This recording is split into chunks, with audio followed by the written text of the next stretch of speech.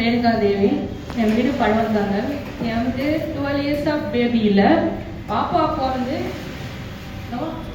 இவதான் அந்த நெட்சல் பவுடர் சாப்பிட்ட பிறகு அந்த